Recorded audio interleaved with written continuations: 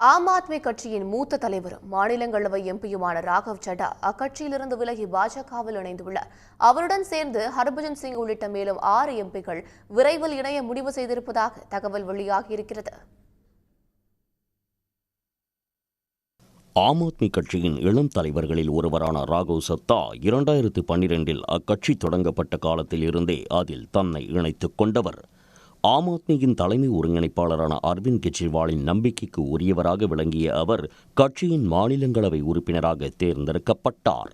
ஆனால் கடந்த சில நாட்களுக்கு முன் மாநிலங்களவை ஆம் ஆத்மி குழுவின் துணைத் தலைவர் பதவியிலிருந்து ராகவ் சத்தா நீக்கப்பட்டார். இந்த சூழலில்தான் ஆம் ஆத்மி கட்சியிலிருந்து விலகுவதாக ராகவ் சத்தா அறிவித்தார். சத்தாவுடன் சந்தீப் பதக், அசோக் மிட்டல் ஆகியோரும் கட்சியிலிருந்து விலகுவதாக அறிவித்தனர்.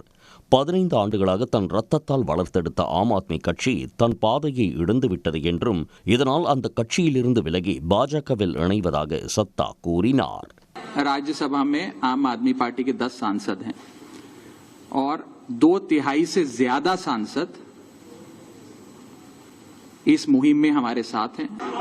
मैं आपको इसकी पूरी सूची अभी उपलब्ध करा देंगे. इसमें से तीन लोग तो आपके सामने बैठे हैं. इसके अतिरिक्त world class cricketer Harbhajan Singh हैं, राजेंद्र गुप्ता जी हैं, विक्रम साहनी जी हैं, स्वाति मालीवाल जी हैं और हम 3 तो आपके सामने बैठे हैं, अशोक जी, संदीप जी और मैं स्वयं.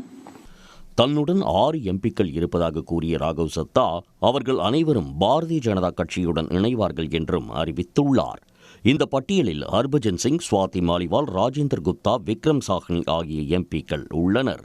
இதனிடையே இந்த 7 எம்பிக்களையும் துரோகிகள் என்று ஆம் ஆத்மியின் மூத்த தலைவர் சஞ்சய் சிங் கடுமையாக விமர்சித்துள்ளார். பஞ்சாப் மற்றும் டெல்லியில் ஆம் ஆத்மி அரசின் பணிகளை தடுக்கவும் மாநில அரசை நிலைகுலைய செய்யவும் பாஜக ஆபரேஷன் தாமரை திட்டத்தை செயல்படுத்தி வருவதாக குற்றம் சாட்டியுள்ளார்.